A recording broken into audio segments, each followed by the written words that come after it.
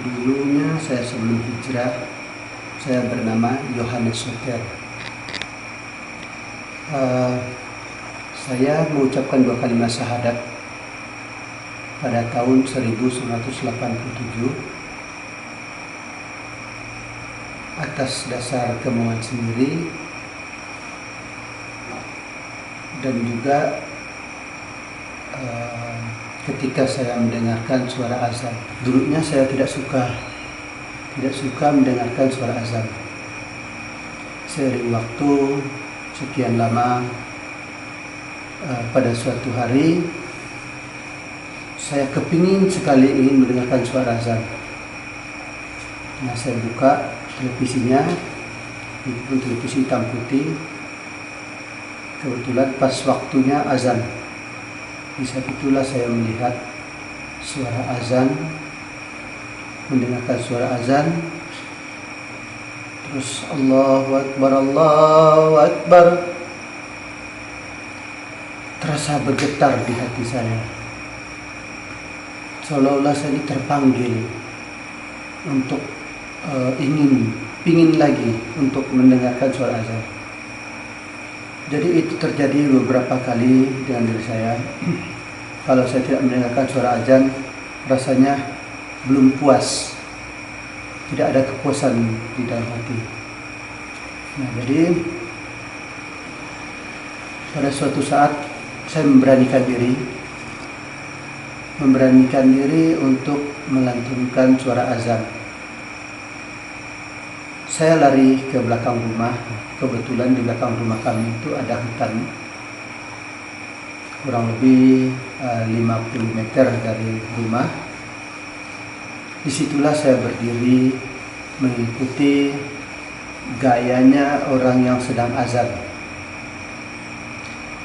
Nah, pada saat itu juga saya melantunkan suara azan, teriak sekencang-kencangnya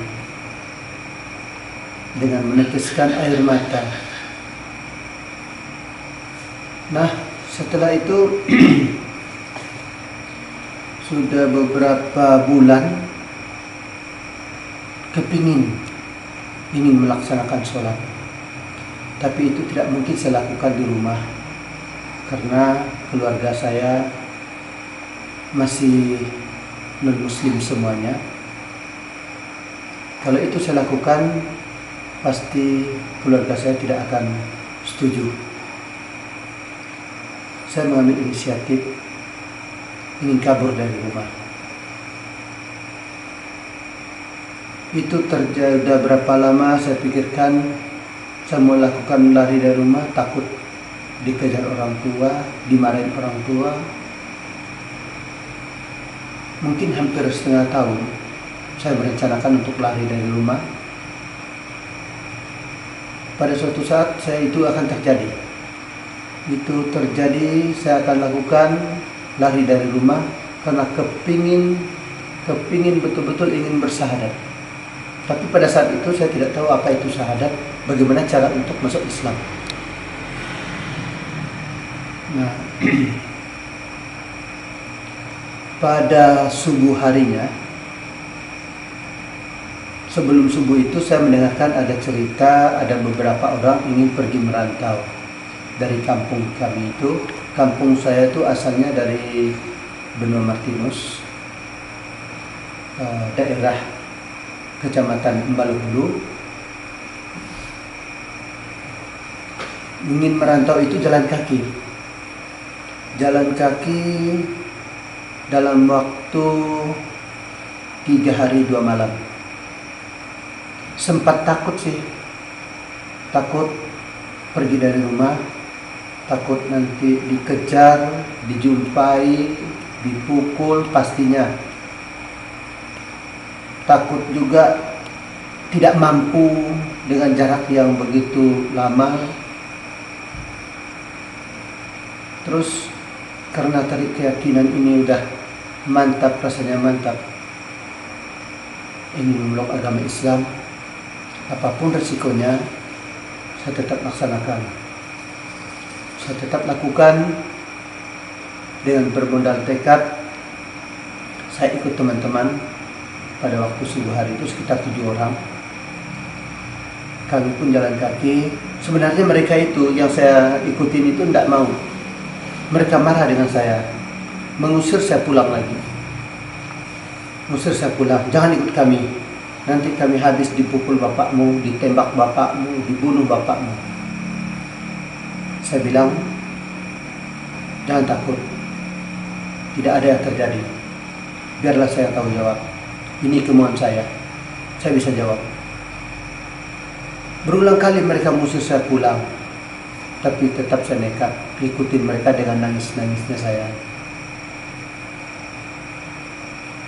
Mereka pun tidak bisa lagi mengelak, saya harus ikut dan menyeberang yang namanya Sungai Kapuas itu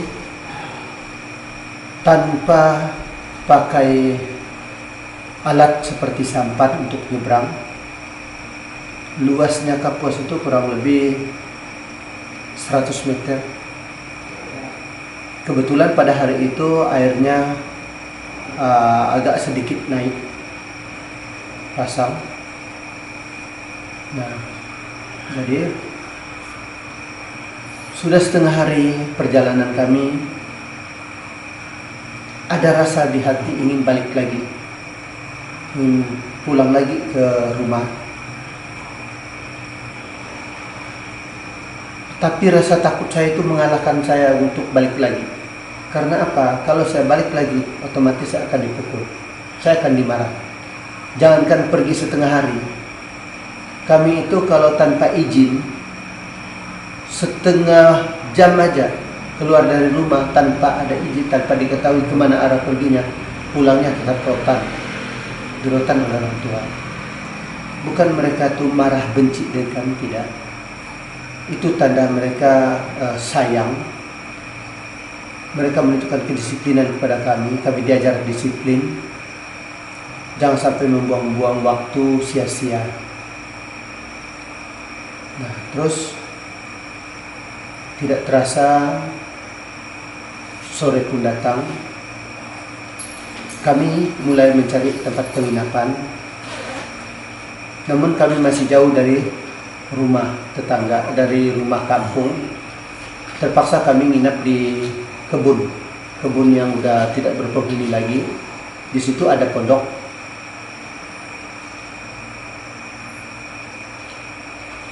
Setelah kami nginap tanpa ada cahaya, kami hanya tidur dalam kegelapan.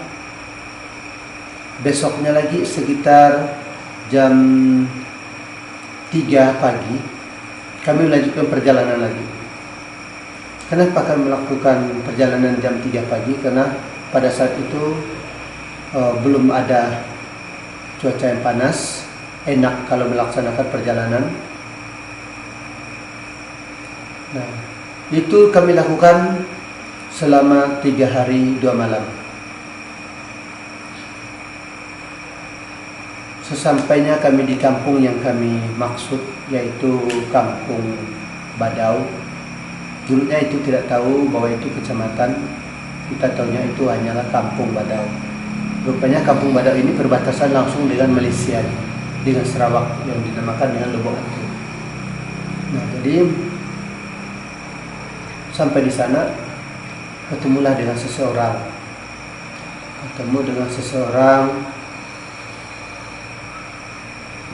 Yang tidak perlu saya sebutkan namanya.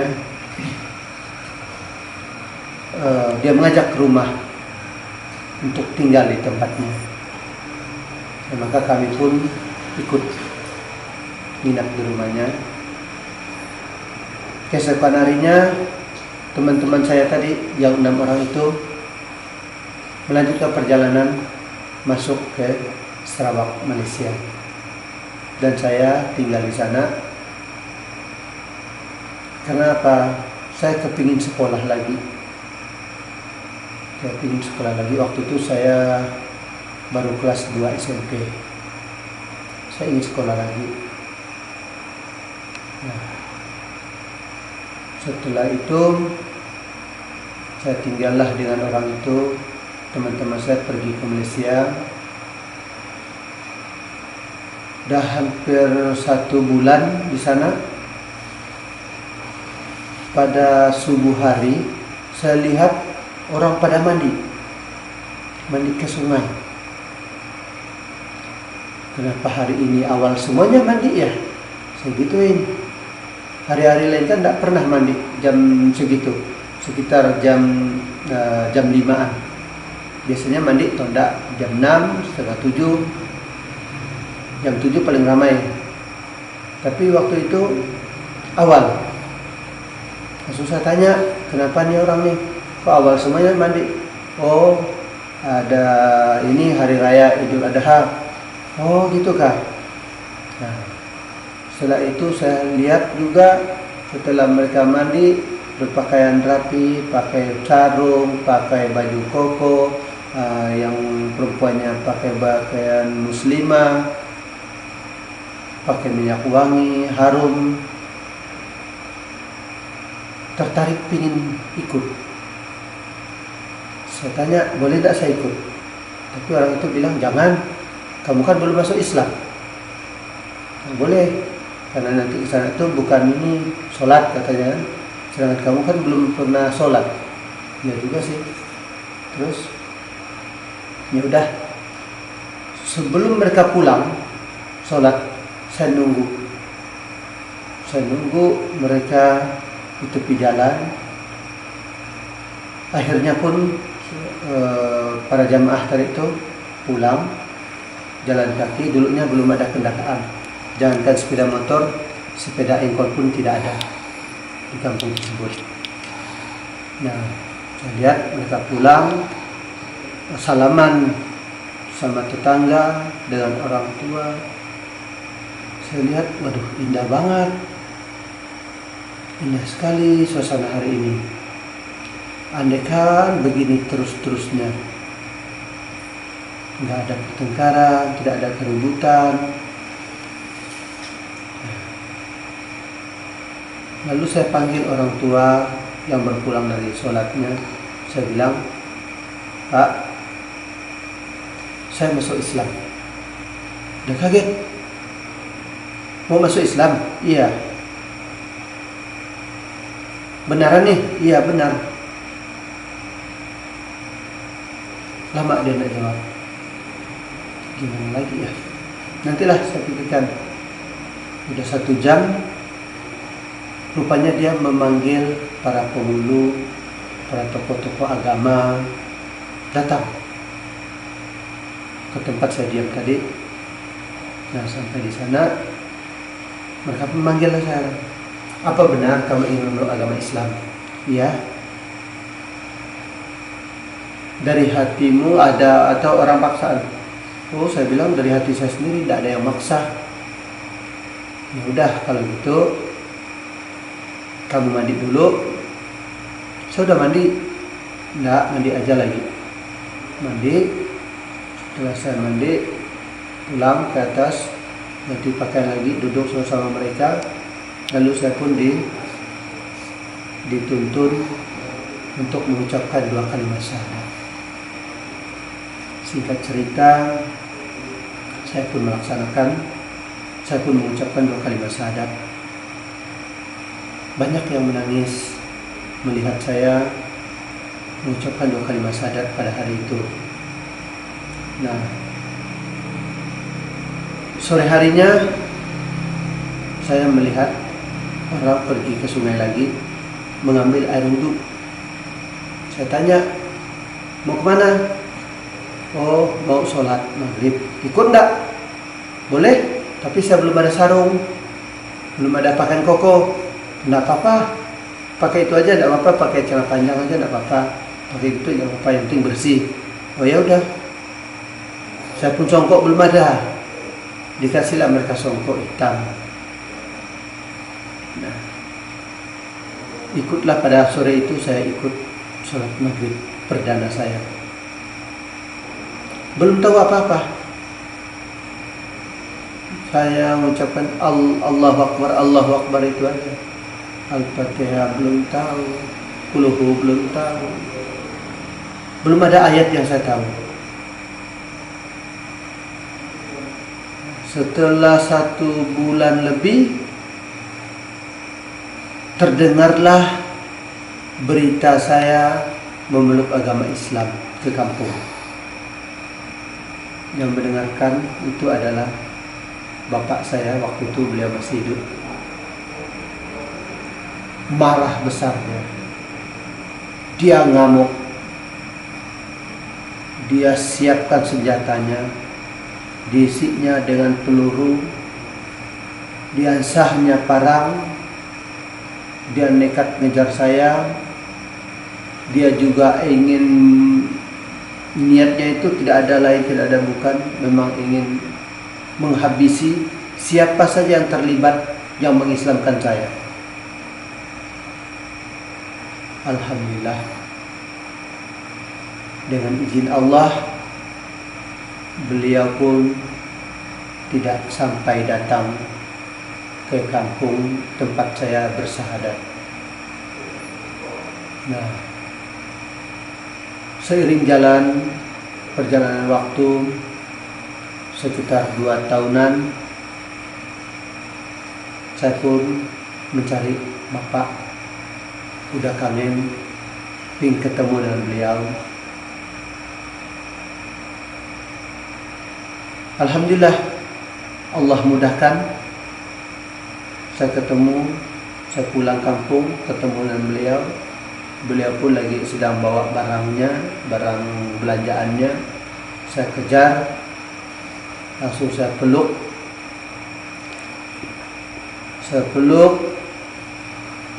Tubuhnya, saya ambil tangannya, saya cium. Dia pun kaget. Lalu beliau pun berkata, rupanya kamu masih ingat dengan saya ya. Itulah bahasa bapak saya. Ya, saya pun langsung menangis lagi, makin menangis. Minta maaf Pak, saya sudah salah, tapi saya tetap anakmu dan saya tidak pernah melupakan Bapak sampai kapanpun. Lalu saya ikuti beliau dari belakang pulang ke motor airnya. Nah, sampai di motor air, saya bilang sama Bapak, Pak, saya lapar, saya mau makan. Oh, ada tuh nasinya, ada di dapur. Tapi jangan ambil ya, itu ada di kuali itu, ada daging yang tidak boleh kamu makan. Oh gitu kah? Ya udah, saya pun tidak jadi makan. Saya pun dikasih uang oleh beliau, dikasihnya uang, saya pun belanja beli makanan di pasar. Alhamdulillah, pada saat itulah saya dengan Bapak makin dekat. Beliau pun senang, walaupun masih ada rasa marahnya, tapi dengan cara saya menunjukkan adab kepadanya, adab yang baik, akhirnya beliau menerima saya menjadi seorang muslim. Namun pesan dia dengan saya, kalau kamu sudah terlanjur memeluk agama Islam, tolong jangan main-main, pelajari betul-betul agama Islam ini. Jangan udah masuk agama Islam nanti kembali lagi ke Kristen, balik lagi ke Islam, itu namanya mempermainkan. Ya Pak, insya Allah saya akan sampai mati saya tetap dalam Islam.